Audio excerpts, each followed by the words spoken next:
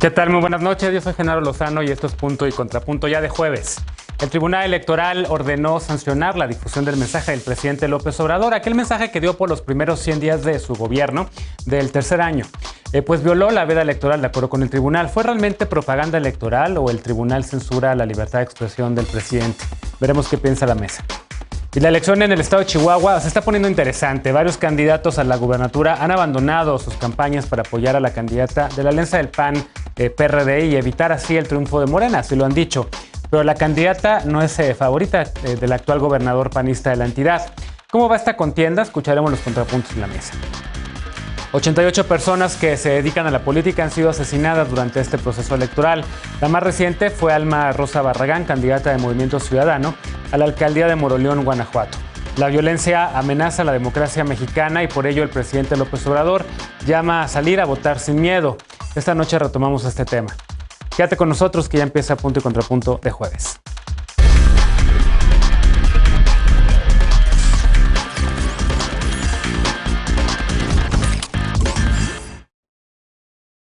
Este miércoles, el Tribunal Electoral del Poder Judicial de la Federación resolvió que el informe ofrecido por el presidente López Obrador por los primeros 100 días de su tercer año de gobierno violó la veda electoral. Los magistrados de la Sala Superior determinaron por unanimidad que el evento fue propaganda gubernamental personalizada.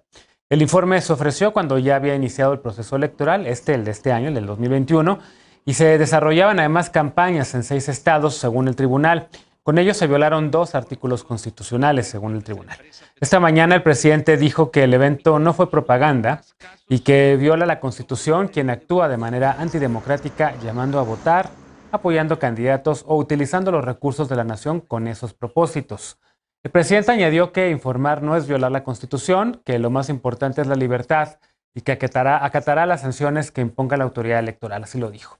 Recordemos que hace un mes el Instituto Nacional Electoral, el INE, pidió al presidente dejar de promover los logros de su gobierno durante sus conferencias matutinas tras una queja presentada por el Partido de la Revolución Democrática, por el PRD y por Movimiento Ciudadano. El presidente defendió también en esa ocasión su derecho a expresarse. Vamos a ver qué piensa la mesa de esta noche. Para ello saludo con gusto a Alejandro Encinas, politólogo y con el corazón en la 4T. ¿Cómo estás, Alejandro? Qué gusto, ¿cómo están? Bienvenido. Hoy nos acompaña Frida Gómez, feminista y analista. ¿Cómo estás? Muy contenta, Genaro, de estar aquí con ustedes. Buenas noches. Bienvenida de regreso. Hoy también está con nosotros Pili Morán, consejera nacional del Partido Acción Nacional. ¿Cómo estás? Hola, Genaro. Buenas noches a todos. Un gusto estar aquí con ustedes. Y hoy regresa a la mesa también Luis Fernández, secretario nacional de Movimientos Sociales de Movimiento Ciudadano. Y empiezo contigo, Luis, porque la queja la interpusieron tu partido, Movimiento Ciudadano, y el PRD. ¿Cómo ves la resolución del tribunal y la respuesta del presidente López Obrador?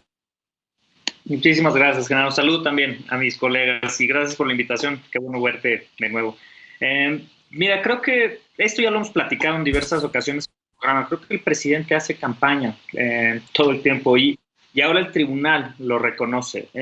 Además de eso, me parece muy grave que Andrés Manuel, el presidente, se ponga por encima de la ley todo el tiempo.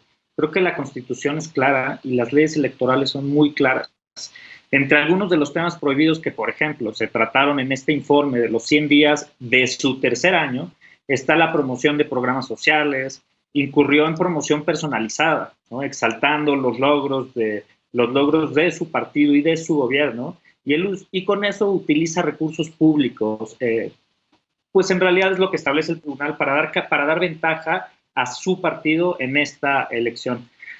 Vulnera directamente la imparcialidad y la neutralidad del proceso electoral y creo que eso se debe sancionar. Ya lo hizo el tribunal y creo que hace muy bien.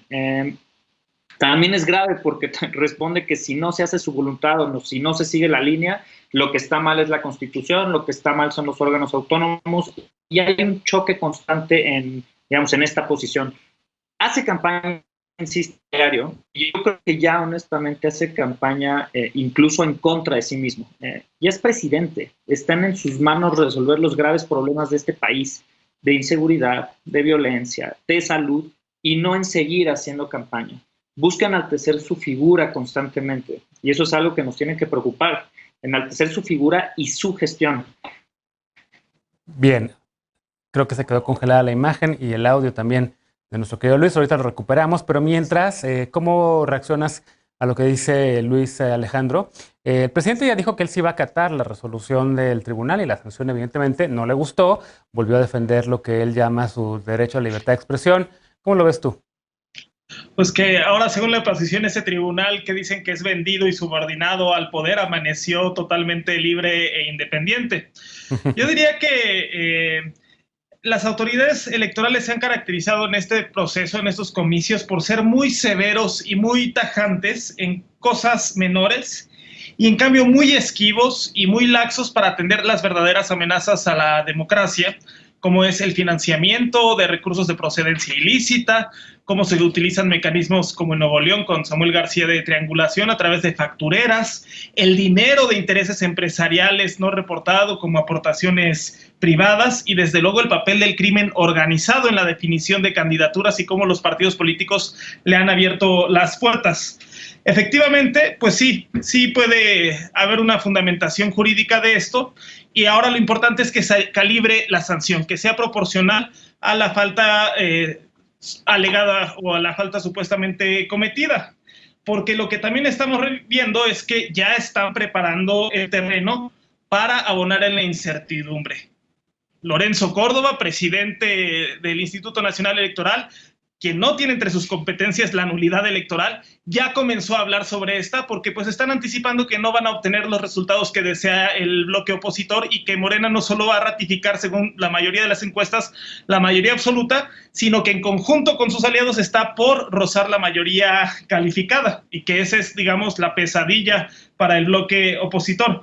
Ahora, pues yo creo que hay que repensar la ley electoral necesariamente. Creo que es demasiado estricto, que es una mordaza y que muchos mexicanos, millones de mexicanos como yo, pues preferimos ya consultar de manera directa las mañaneras, los informes de gobierno ante tanta desinformación y que las elecciones intermedias son una suerte de referéndum en donde se premia o se castiga el desempeño del gobierno en turno y se le confiere o se le retira la mayoría en el Congreso. Con mayor razón tiene que haber un ejercicio de información, de rendición de cuentas, porque es parte de la evidencia de la información de los insumos que requieren los electores para tomar una decisión informada.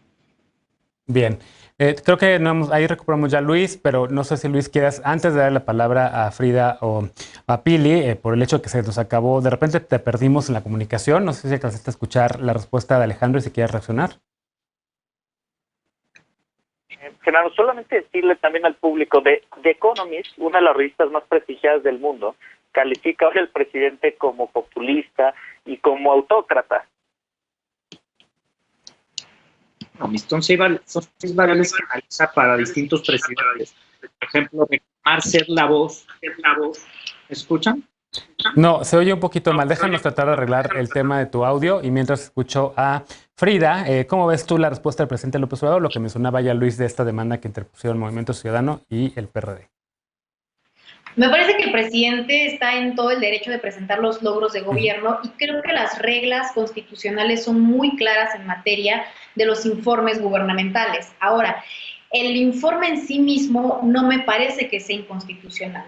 Lo que se generó en este momento es que en el proceso electoral, por supuesto que se puede generar una amenaza a los principios que busca proteger nuestra legislación electoral, que principalmente es la equidad en la contienda y la libertad para tomar decisiones. Algo que sí me parece muy importante es que el ejercicio continuo que realiza el presidente cada mañana para informar los avances, las decisiones y para poner frente a frente periodistas con funcionarios y funcionarias es un ejercicio que en realidad me parece positivo. Al final de cuentas es el único espacio en donde se genera la interacción directa y creo que en sí misma la obligación de difundir y de transparentar en cierta medida se cumple en las mañaneras, pero son dos obligaciones que son muy distintas.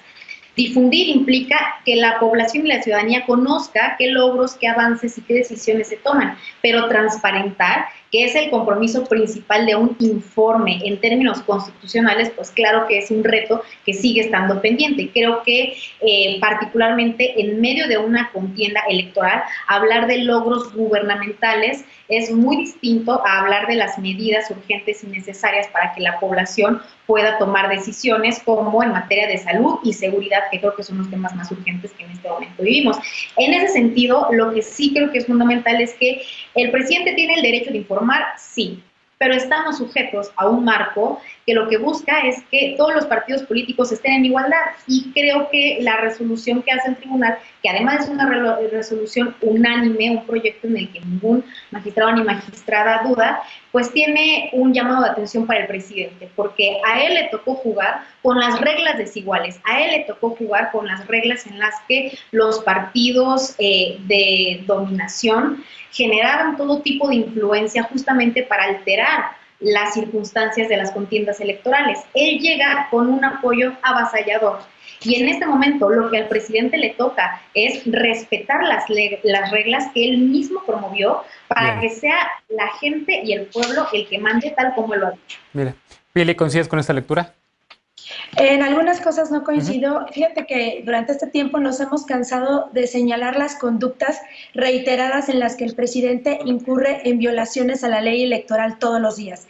Nadie niega la libertad que el presidente debe de tener para opinar sobre los temas que él considere pertinentes en su calidad de presidente de la República. Sin embargo, debemos resaltar la violación que se comete al artículo 41 constitucional, que prohíbe la difusión de propaganda gubernamental durante ese periodo de contienda electoral. Esto fue una conquista que la oposición demandó durante años para evitar la influencia de los gobiernos en la decisión de los ciudadanos a la hora de votar. Y el presidente de la República, en más de 20 años, fue uno de los más duros opositores que exigió una legislación estricta para impedir legalmente la intervención de los gobernantes en las elecciones y castigarlos cuando incurrieran en esas prácticas. Sin embargo, hoy vemos cómo el presidente traiciona las causas que él mismo enarboló como opositor y reproduce en su propia persona las conductas que tanto criticó durante años.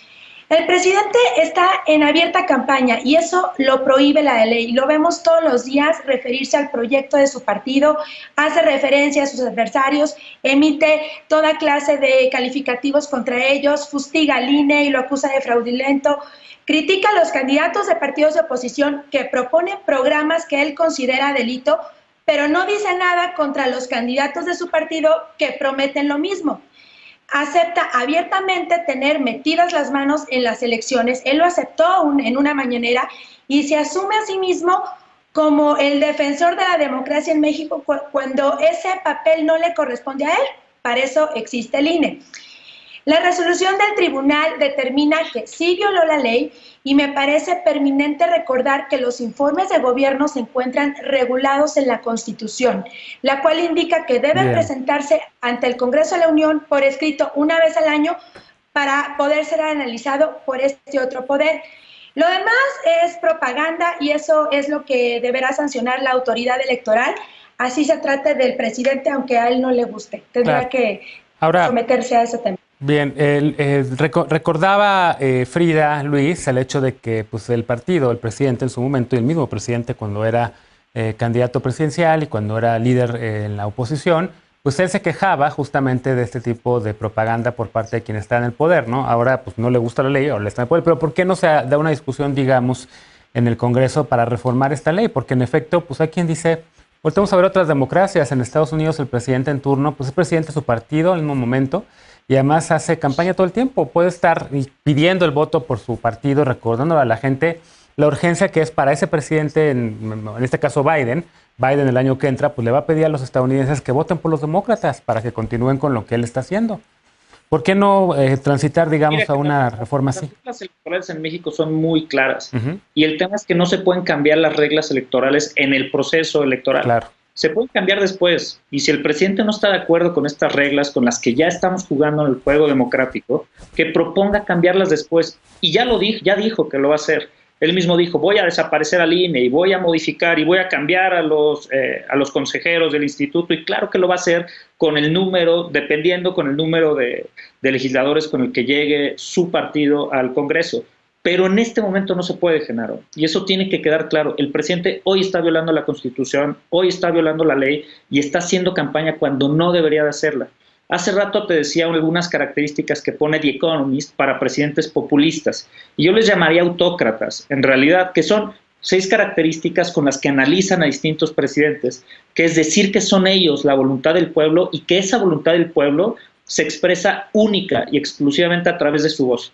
Eso ha sucedido y es una característica de varios presidentes. Insultar abiertamente a los oponentes, a los adversarios, minimizarlos políticamente también es una de las características y el presidente actual la cumple. Atacar a las minorías, en este caso políticas, a los grupos feministas, desestimar la violencia de género contra ellas, es también un tema que tenemos que considerar y que está dentro de las variables. Desestimar las instituciones, no respetar la ley de manera sistemática y ponerse encima de ellas, e ignorar, este es un dato adicional, ignorar la ciencia como evidencia para la toma de decisiones. Lo comparan con Bolsonaro, lo compartan con el dictador de Hungría, Víctor Orbán, lo comparan, sí, ya ni decirlo, ya ha sucedido con Donald Trump, pero creo que la petición ya no es solo mía, ni de la dirigencia de Movimiento Ciudadano, Genaro, ya la petición es del Tribunal Electoral y de otros en el que se dedique a gobernar y se salga de la campaña electoral de este proceso. Bien, a ver, y fíjate, no coincido con lo de Economist. The Economist aplaudía el gobierno de Peña Nieto, ¿no? Así como muchas otras revistas estadounidenses, pero sí con el tema de, pues tenían mayorías, Alejandro, si no les gustaban estas leyes, pues ¿por qué no usaban los 3 primeros años para reformar con esas supermayorías que tenían y por haber podido reformar la ley electoral, digamos, para poder hacer lo que el presidente está haciendo? Pues sí, la verdad es que sí. Nada más replicarle a Luis, la revista que está citando, efectivamente, como dices, Genaro, en 2014, aquellos años de auténticos mesías que estaban rematando los recursos naturales de México, escribía: el gobierno de Peña Nieto ha logrado mucho. Pocos gobiernos pueden presumir un carácter auténticamente radical. Su administración se encamina a ser parte de esta estirpe. Siga por ese camino. Es que sí da hasta risa, Luis, la verdad. O sea, creo que la portada de Economist, pues no creo que sea muy buen referente para juzgar a ningún presidente mexicano, ¿no? Creo que ya lo veremos en las urnas, más bien cómo lo juzgan los electores. Pero eso no quita, Genaro, las variables que están en medio. Y creo que eso es importante. Las variables no es un tema de la portada, sí, es un tema de fondo. Y las variables que le ponen las características de autócrata, ahí están. Y esas no se las quita ninguna revista, ni se las quita ni se las pone ninguna revista del mundo. Yo diría los elementos gráficos de la portada. No me gusta el título, pero pues los elementos gráficos ahí están, ¿no? El ejército, Santa Lucía, están las refinerías y demás, ¿no? Todas las cosas que alguien desde la izquierda y la gente que está desde la izquierda, pues hemos criticado también sobre este gobierno. Déjame hacer una pausa y regresando. La candidata del Partido Acción Nacional y del PRD al gobierno de Chihuahua, Maru Campos, presentó ayer un frente para impedir que el candidato de Morena llegue al poder, pero Campos es acusada de haber estado en la nómina secreta del exgobernador César Duarte. ¿Cuáles escenarios vienen para Chihuahua? Regresamos con este tema punto y contrapunto, no te vayas.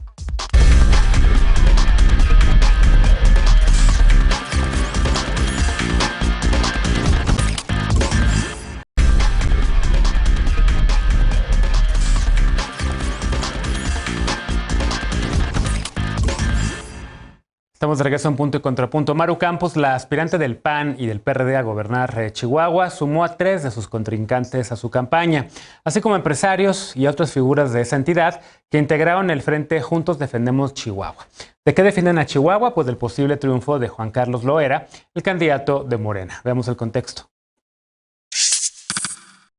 De las 8 personas registradas como aspirantes al gobierno de Chihuahua, 3 han declinado a favor de la candidata de la alianza PAN-PRD, Maru Campos. Ayer la panista presentó Juntos Defendamos Chihuahua, un frente para evitar el triunfo del candidato de Morena, PT, PANAL, Juan Carlos Loera. Un día antes, la candidata del PRI, Graciela Ortiz, dijo que se sumaba al proyecto de Campos para defender los intereses de Chihuahua. Antes lo hizo la candidata de redes sociales progresistas, María Eugenia Baeza, argumentando también que defiende el interés de Chihuahua. Y la semana pasada, el aspirante de Fuerza por México, Alejandro Díaz, a quien su partido acusó de negociar para obtener el control sobre las secretarías de Salud y de Seguridad Pública a cambio de retirar su candidatura. María Eugenia Campos Galván fue diputada federal de 2006 a 2009 y local de 2013 a 2016. En 2016 se convirtió en la primera alcaldesa de Chihuahua y fue reelecta en 2018. Renunció al cargo para contender por la gubernatura del estado. Su registro como candidata fue impugnado por Movimiento Ciudadano, Fuerza por México y Morena, luego de que el Instituto Estatal Electoral aprobó que contendiera pese a enfrentar diversas acusaciones.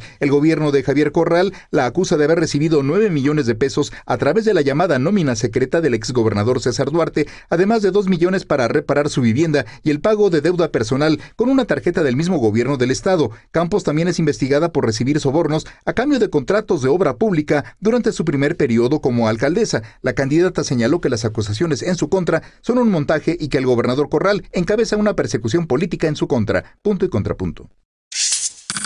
A ver, tratemos de entender qué está pasando ahí, Pili, porque pues la está criticando, no viene el fuego, digamos, desde la oposición, no viene de Morena, viene del gobernador, de Javier Corral, figura de Acción Nacional, quien dice, oigan, pues aguas con ella, que por cierto, y también preguntarte a ti, recientemente salió un video en donde ella habla sobre temas como matrimonio igualitario, pues prácticamente, pues parece que está leyendo la Biblia, pero bueno, a ver. Pues mira, sí, a mí me parece reprobable la actitud de Javier Corral en que esté haciendo ese tipo de cosas contra Maru, porque ya se le nota, bueno, un odio, una misoginia hacia Maru Campos, que obviamente no es la favorita del gobernador, pero es la favorita de los ciudadanos, está encabezando las encuestas, va muy bien Maru. Y bueno, yo en este tema del frente que hizo Maru de la alianza, yo pienso que la competencia es una característica de la democracia en las que se dan alianzas, acuerdos, coincidencias y diferencias. Estar a favor de un proyecto pues lleva implícito el hecho de estar en contra de otro u otros, aunque la inspiración podría ser distinta. Yo afirmo como militante del PAN que tenemos un proyecto claro de gobierno que cuenta con los atributos y bondades suficientes para motivarnos a querer llevarlo a cabo y no nos mueve estar en contra de otro proyecto. Siempre he creído que la confrontación política es propia de la democracia, existen coincidencias y diferencias y la virtud de la política encarna la posibilidad de privilegiar las coincidencias sobre las diferencias. En el caso concreto de Chihuahua se logró un acuerdo con otras fuerzas políticas haciendo las diferencias a un lado para conformar un bloque común que estamos seguros que será lo mejor para ese estado. México está sufriendo una maduración democrática en la que estamos siendo testigos de cómo van experimentando prácticas de hace algunos años que eran impensables ahorita en nuestro país. En democracias más maduras como la europea, esto ya ocurre desde hace tiempo con resultados positivos para los países donde se ha puesto en práctica, por ejemplo, Dinamarca y Alemania.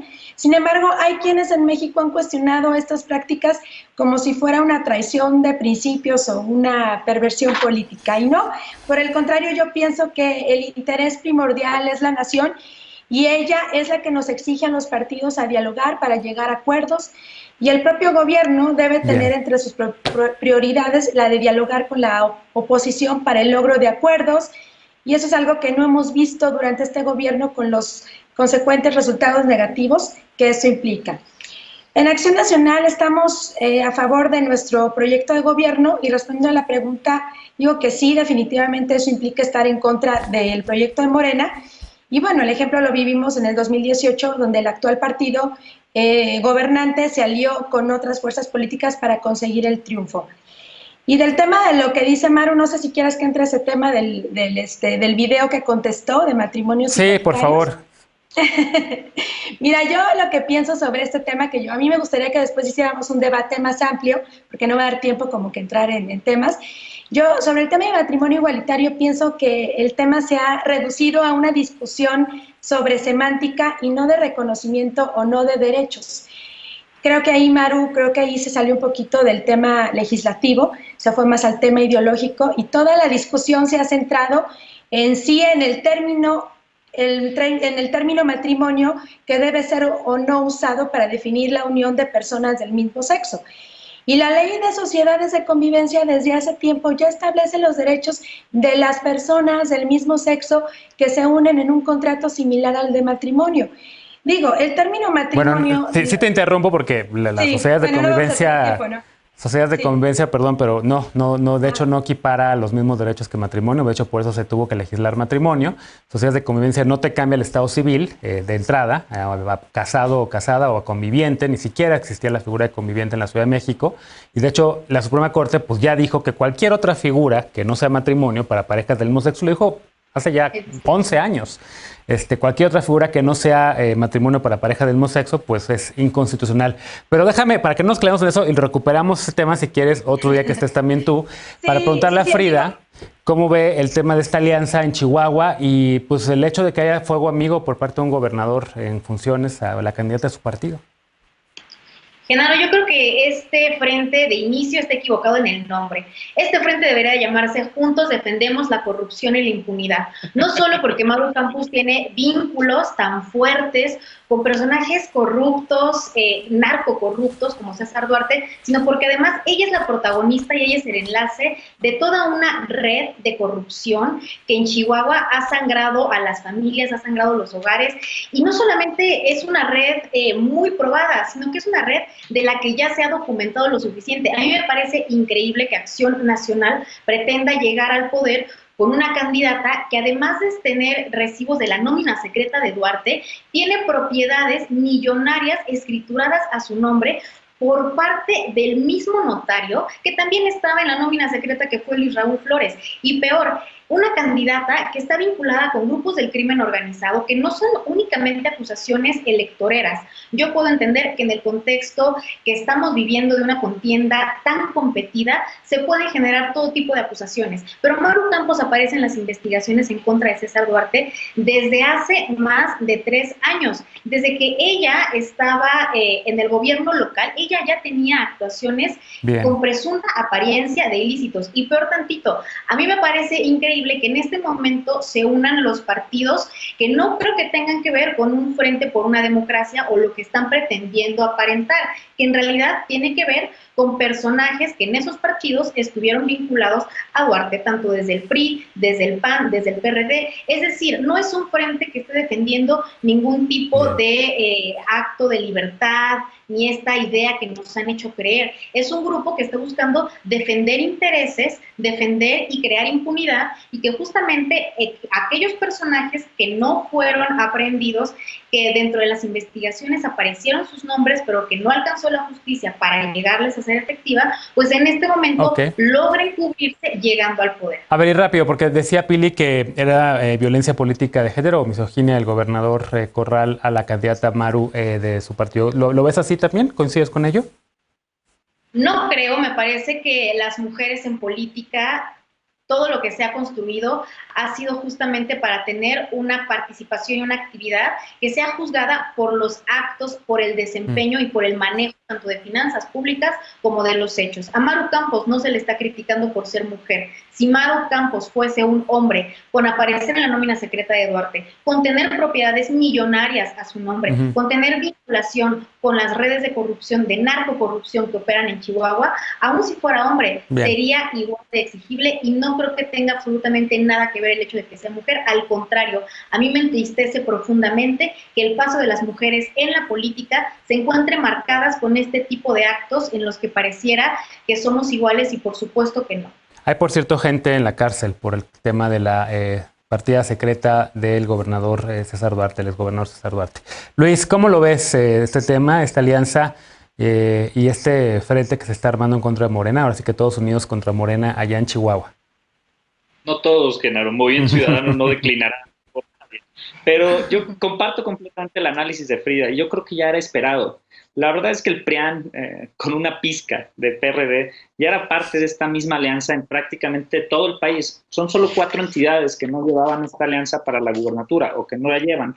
Una era Chihuahua, está Nuevo León, Guerrero y Querétaro. Yo no, la verdad es que no me sorprendería, y me imagino que puede ser que decline, ahora al revés, que decline el PAN por los candidatos del PRI en alguna de estas entidades. Yo la verdad lo que leo ahí es un pragmatismo político y un pragmatismo electoral preocupante de estos partidos políticos, porque sí me imagino, Alito Moreno salió a decir inmediatamente que él estaba en favor de esta declinación, cuando los priistas de la entidad dijeron que estaban en contra.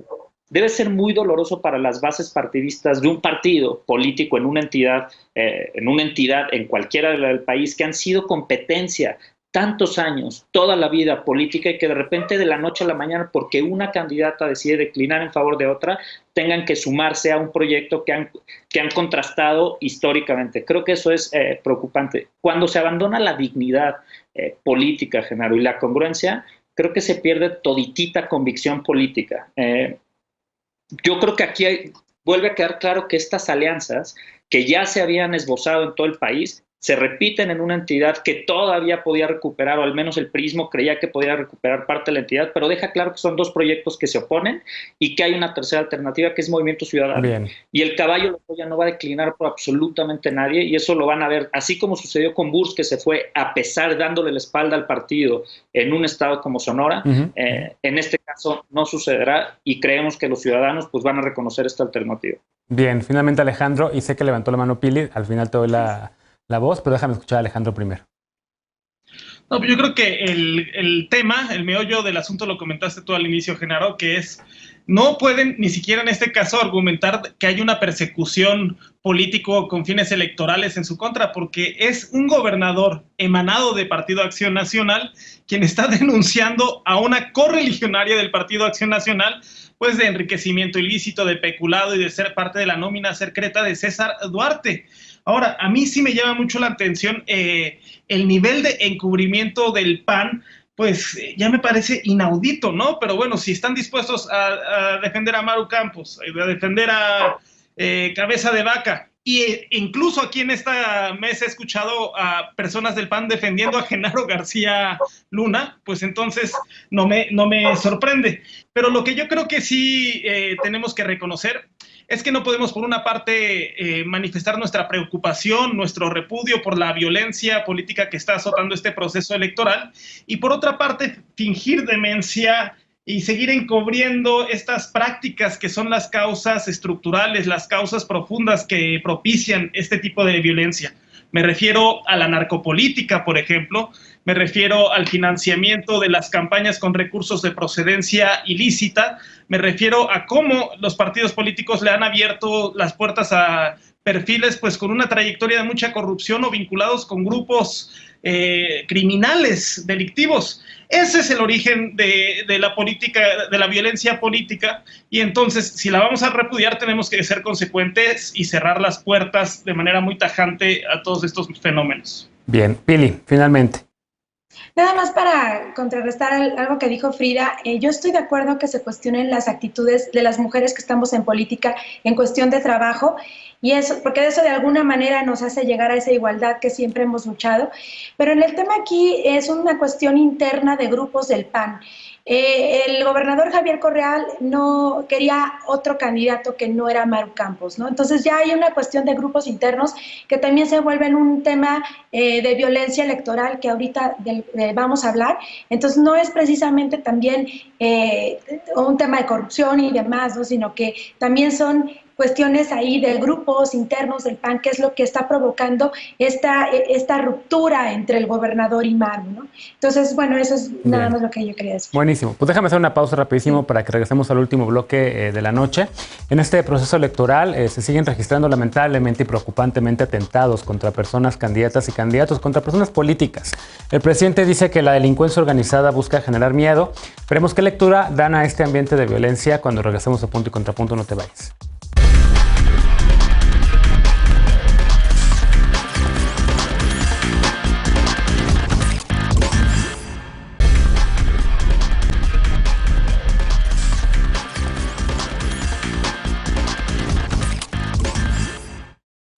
Estamos de regreso para el último bloque de la noche. El presidente López Obrador y el Instituto Nacional Electoral, el INE, finalmente coincidieron en algo frente a la violencia electoral: que el miedo no nos frene. Esto luego del asesinato de Alma Barragán en Moroleón. José Alberto Alonso, otro aspirante a la alcaldía de Acapulco, sufrió un atentado al salir de su casa. El presidente dice que la delincuencia busca generar miedo para que la gente pues no vote. Veamos el contexto. Ayer, el presidente López Obrador y el Instituto Nacional Electoral pidieron a las y los electores salir a votar. Tanto el mandatario federal como el Consejo General del INE lamentaron el asesinato de Alma Barragán, candidata de Movimiento Ciudadano al gobierno de Moroleón, en Guanajuato. El presidente López Obrador responsabilizó a la delincuencia organizada de la violencia política ejercida durante la campaña en diversos estados del país. Señaló que los ambientes de violencia buscan que la gente tenga miedo y no participe en el proceso electoral. Ayer, José Alberto Alonso Gutiérrez, postulado por Fuerza por México para gobernar la alcaldía de Acapulco, en Guerrero, también sufrió un atentado al salir de su casa. Durante la sesión del Consejo General del INE realizada este miércoles, se informó que en la campaña electoral han sido asesinadas 88 personas dedicadas a la política, 78% de ellas pertenecientes a partidos de oposición, y además se han presentado 108 denuncias por violencia política de género. La Secretaría de Seguridad Pública reportó hace una semana 13 homicidios contra personas candidatas. Esta mañana, el presidente López Obrador hizo un llamado para que no haya violencia y se respete la vida. Punto y contrapunto. A ver, y es que sí, lamentablemente en este proceso electoral hemos visto pues mucha violencia en contra de personas políticas, Frida. Por ahí Viri Ríos sacaba unos datos recientemente en una columna y ella evaluaba el mismo periodo, digamos, de la elección de 2018 con respecto a este y encuentra un 19% menos de violencia y de asesinatos o de secuestros, pero siguen ocurriendo, evidentemente, y van a seguir lamentablemente en las próximas semanas. Y decía yo que finalmente coincidieron el presidente y el INE porque han estado enfrentados, digamos, públicamente la autoridad electoral, sobre todo los consejeros, el consejero presidente y el consejero Ciro Murayama con el presidente López Obrador, pero en esto sí, y creo que el país entero deberíamos estar y de coincidir que no nos frene el miedo de salir a votar. ¿Cómo lo ves? ¿Y en qué ha fallado el gobierno federal y los estatales en darle seguridad a las personas candidatas? Totalmente de acuerdo. El llamado que tenemos a este 6 de junio es a salir a ejercer nuestros derechos y votar. Me parece que el miedo principalmente se ha lanzado para los candidatos opositores de 16 entidades que ya llevaban con problemas de narcotráfico y de inseguridad muchos años. Creo que en este momento la violencia que estamos viviendo en el escenario político nos demuestra el nivel de influencia, dominio y decisión que tienen los grupos del crimen organizado a nivel municipal. Un dato que es muy interesante que también saca la consultora ETELEC es que de los 88 políticos que han sido asesinados, 33 eran candidatos, pero todos ellos, la gran mayoría estaba compitiendo por cargos municipales o locales, sí, es decir, sindicaturas, regidurías, diputaciones locales. Hay únicamente 2 políticos asesinados del ámbito federal y es una cifra que nos deja ver cómo el nivel de descomposición y de inseguridad pues se encuentra dentro de la política más pequeña en la célula que es la municipal. Sí me parece que el divorcio entre el gobierno federal y algunos gobiernos locales como el de Michoacán, por ejemplo, o el de Jalisco, por supuesto que han generado condiciones para que los grupos del crimen organizado se expandan, se fortalezcan y hoy puedan hacer lo que hacen. Me parece muy importante recalcar que uno de los datos interesantes que también saca Viri Ríos es que dentro de esta estadística de 2018 el conteo final justamente la colocaba como la elección más sangrienta de la historia. El problema es que en este momento estamos a 10 días de la contienda y parecería que entre más se acerca la fecha de las votaciones hay un mayor nivel de violencia y hay una mayor vulnerabilidad. La forma en la que han sido asesinados tampoco es coincidencia.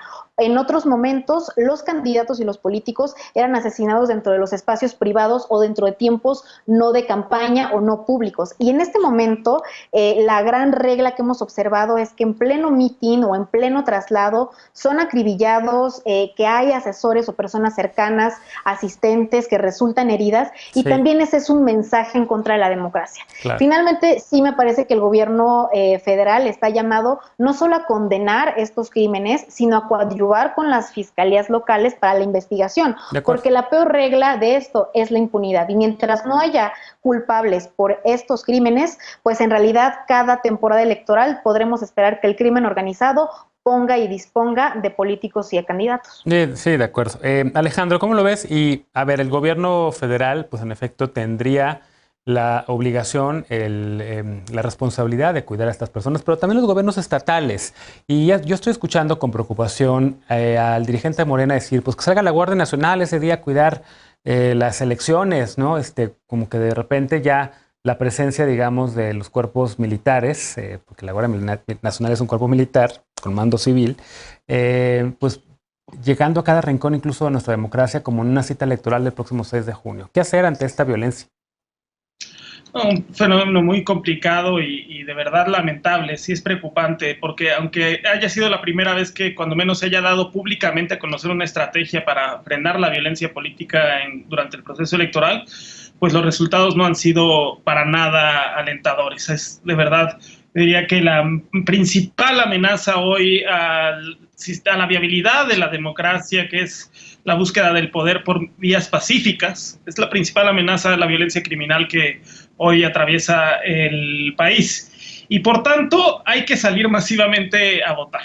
O sea, imagínense qué tan importante y qué tan básico es esto que Lorenzo Córdoba y Andrés Manuel López Obrador coinciden en hacer este llamado, porque la mejor forma de defender la democracia no es otra que ejerciendo la democracia, ejerciendo nuestros derechos democráticos, que no nos paralice el miedo. Yo creo que el llamado tiene que ser unánime, hay que salir a votar por tu candidato, por tu partido de la elección, pero salgamos a votar porque es la mejor forma de ratificar nuestra adhesión a la democracia y de que esa es la vía para resolver nuestras diferencias como sociedad. Luis, el otro día en la mesa de tercer grado pues nos preguntábamos muchos por qué no hay más solidaridad por parte de todas las fuerzas políticas cada vez que hay un asesinato, pero yo también decía, y de la sociedad, ¿no? Porque en otros países, pues de repente cuando vemos asesinatos, de repente sí vemos, por ejemplo, en Cajeme, que hubo un grupo de personas que no necesariamente eran políticas o políticos, sino que eran personas simplemente ciudadanos que estaban ahí y que se acercaron a marchar para exigir justicia por el asesinato de ese político. Pero yo no estoy viendo una indignación nacional. ¿Qué nos está pasando? Porque ya nos insensibilizamos, nos hemos normalizado esta violencia política. ¿A qué se lo atribuyes? Mira, no sé si sea normalización de la violencia política solamente en general, creo que es un tema de normalización de la violencia en general. Hoy el presidente se aventó una declaración que me pareció bastante desafortunada, en donde dice que la violencia es normal, con estas palabras. Dice, la violencia es normal, es un asunto de temporada, haciendo referencia a la temporada electoral. Y no es así, ¿sabes? Tenemos casi 90 asesinatos al día, tenemos desapariciones que se siguen presentando en el país, y estos ya no son los muertos de Calderón, ya no son los muertos de Peña, ya son de esta administración. Es esta administración la que tiene que hacer algo al respecto. Y tienes razón, no solo es el gobierno federal, tiene que venir una articulación con los gobiernos estatales, con los gobiernos municipales, con la academia, con las organizaciones de la sociedad civil, para hacer un acuerdo nacional, un nuevo trato para la paz. Y eso es lo que pedimos, un nuevo trato en donde las instituciones que deben de garantizar nuestra integridad física y psicológica como ciudadanos funcionen. El Estado hoy tiene en sus manos herramientas para poder garantizar gobernabilidad y seguridad y no las está utilizando. El presidente en la mañana hace un llamado y dice, sí, tenemos que llamar a que no haya violencia. No, presidente, no llame a que no haya violencia. Use las instituciones del Estado para evitar que haya violencia política, para evitar que haya más asesinatos, no solo en el contexto electoral, sino en todo el país. Insisto, 90 asesinatos en promedio al día. Perdonen, no sé si al día o mensual, estoy confundido un poco con el dato en este momento, pero el dato son 90 al día. El dato es alarmante. Que sean 88 personas en el proceso electoral, 34 de los cuales eran candidatos, el resto inmersos en el proceso electoral, es algo que nos debe preocupar aún más. ¿Por qué? Porque se visibiliza la violencia en el contexto político. Pero ya lo dijo Frida también, nos hace ver cómo se incorporan distintos grupos de delincuencia organizada y se van camuflajeando con el poder político. Y esa es la corrupción, esas es las alianzas que tenemos que romper. Esas alianzas son las que no podemos permitir más, ni desde el Estado federal, ni desde el Estado del gobierno federal, ni desde ningún gobierno estatal. De acuerdo. Finalmente, Pili, ¿qué decir de esto? Porque en efecto, bueno, no es un fenómeno nuevo, viene por lo menos desde el 2006 y del inicio con la guerra contra el narco, pero cada año sigue ocurriendo. 3 presidentes han pasado ya desde Felipe Calderón, Enrique Peña Nieto y ahora Andrés Manuel López Obrador.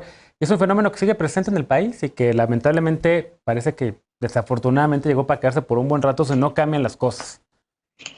Mira, es lamentable la escalada de violencia que ha venido sucediendo en esta elección, que la colocan, yo creo que es la más violenta de la historia. Esta elección está empañada por la irrupción de la violencia, lo que no es nuevo. Sin embargo, parece haberse agudizado en este proceso electoral. Y coincido con lo que dice Luis, han sido públicos los desencuentros entre candidatos y vemos con más frecuencia actitudes poco amables de confrontación entre los mismos candidatos, lo que al final de cuentas termina por desalentar al electorado a participar en las elecciones y a manchar ya de por sí la desgastada imagen de los políticos. Pero la violencia ha alcanzado niveles insuscitados contra los actores políticos protagonistas de las campañas, que hoy son las víctimas de las amenazas, secuestros y asesinatos de los candidatos en plena luz del día. Y aunque debemos de señalar que el fenómeno no es nuevo ni exclusivo de los candidatos, la violencia se encuentra descontrolada en todo el país y en consecuencia alcanza al escenario electoral ahorita que lo que estamos viviendo.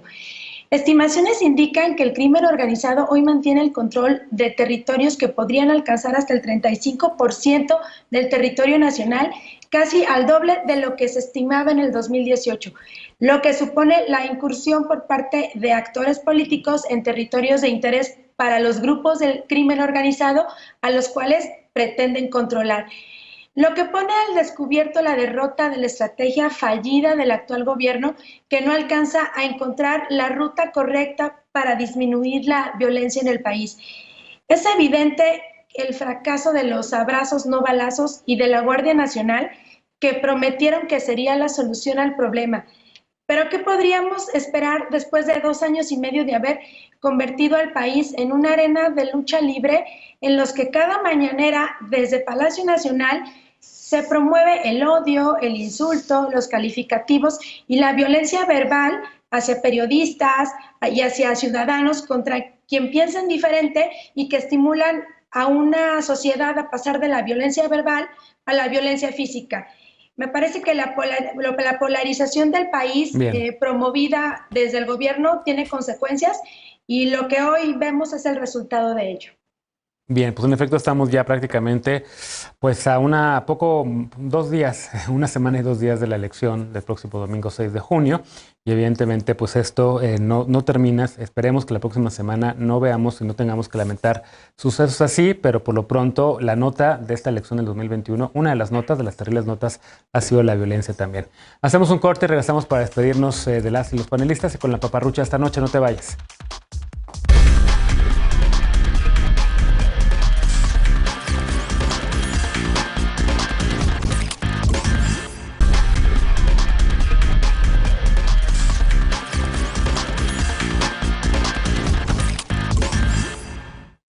Estamos de regreso ya para despedirnos con la paparrucha de esta noche. Los falsos apoyos económicos por la pandemia siguen causando desinformación, como esta publicación que invita a las personas a registrarse para recibir nuevas tarjetas de bienestar y además una nueva tarjeta llamada supuestamente Supérate. La tarjeta Supérate es un apoyo a las familias que enfrentan estragos por la crisis sanitaria. Para recibir el apoyo, el mensaje pide a las personas registrarse antes del 31 de mayo en una página de internet. Y a cambio, además de recibir esas tarjetas, las personas beneficiarias recibirán un combo. No especifica en qué consiste el paquete, aunque sí aclara que es completamente gratis. ¿Y a poco crees que todos estos apoyos no son demasiado buenos para ser verdad? Pues estás en lo correcto, se trata de información falsa. La Administración Federal, el Gobierno de México, no está entregando programas sociales adicionales a los que ya otorga y que tú ya conoces: la pensión para el bienestar de las personas adultas mayores, la pensión para las personas con discapacidad, el programa para el bienestar de niños y niñas hijos de madres trabajadoras y el programa Sembrando Vidas. La tarjeta Supérate sí existe, pero en República Dominicana, donde se instrumentó para apoyar la recuperación económica ocasionada por la pandemia. Así que muchísimo ojo, no le des a nadie tus datos y recuerda que toda la información oficial pues está en sus sitios web. Recuerda que además seguimos en pandemia y aunque ya estés vacunada o vacunado, puedes contagiar del SARS-CoV-2 a los demás. Así que síguete lavando las manos bien y con frecuencia, mantén siempre la sana distancia, ventila espacios cerrados y si sales y si hay un espacio que está cerrado y no ventilado, pues utiliza un cubrebocas. Muchas gracias por habernos acompañado esta noche. Gracias, Pili. Gracias, Frida. Gracias, Luis, y gracias, Alejandro. Cuídense mucho. Nos vemos por acá todavía mañana en el punto y contrapunto de viernes. Descansa. Muy buena noche.